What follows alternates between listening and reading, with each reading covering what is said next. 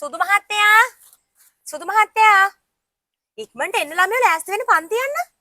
දැන් හොඳට පරක්කු වෙලා. කො ඉක්මනට එන්න.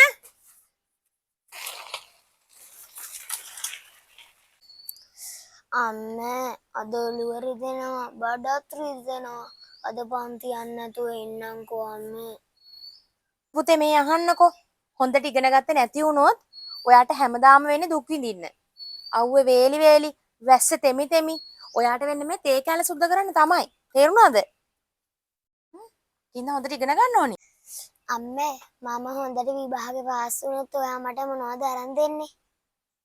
ඔයා හොඳට විභාගේ පාස් වුණොත් මම ඔයාට ලැප්ටොප් එකක් අරන් දෙනවා ණය වෙලා හරි. තේරුණාද? අම්මේ මට ලැප් එකක් එපා. මට ඩ්‍රෝන් එකක් අරන් දෙන්න.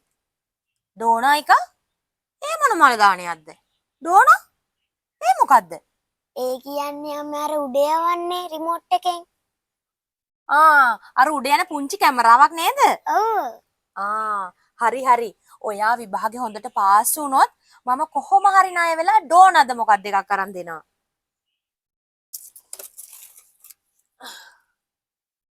ඈ බංකොල්ලෝ. කොහෙද උඹ මේ උදැල්ලක් කරන් යන්නේ?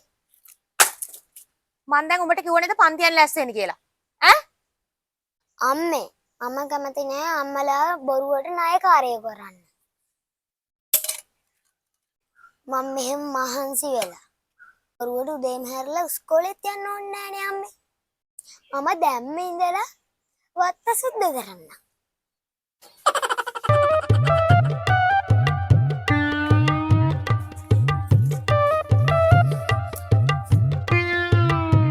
මොකද්ද? අනේ අම්මපා. උඹ නම් අප්පච්චි වගේම ගොන් වස්සේ. වගේ හොම්බට දෙකක් කන්න නැතුව පන්තියන් ලැස් වෙන්න.